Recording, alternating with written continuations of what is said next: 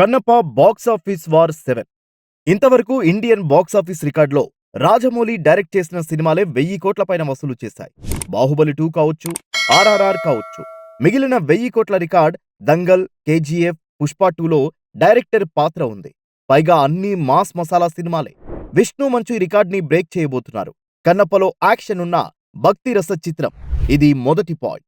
ఇక రెండో point, popular director ఎవరు కన్నప్ప తీయలేదు. మహాభారతం టీవీ సీరియల్ తీసిన ముఖేష్ కుమార్ సింగ్ డైరెక్టర్.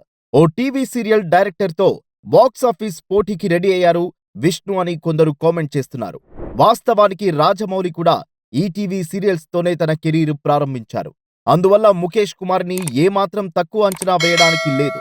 రాజమౌళి, ప్రశాంత్ నీల్, సుకుమార్ ని మించిన మేకింగ్ స్టైల్ తో ముఖేష్ కుమార్ కన్నప్ప సినిమా తీశాడని ఇండస్ట్రీ వర్గాల టాక్.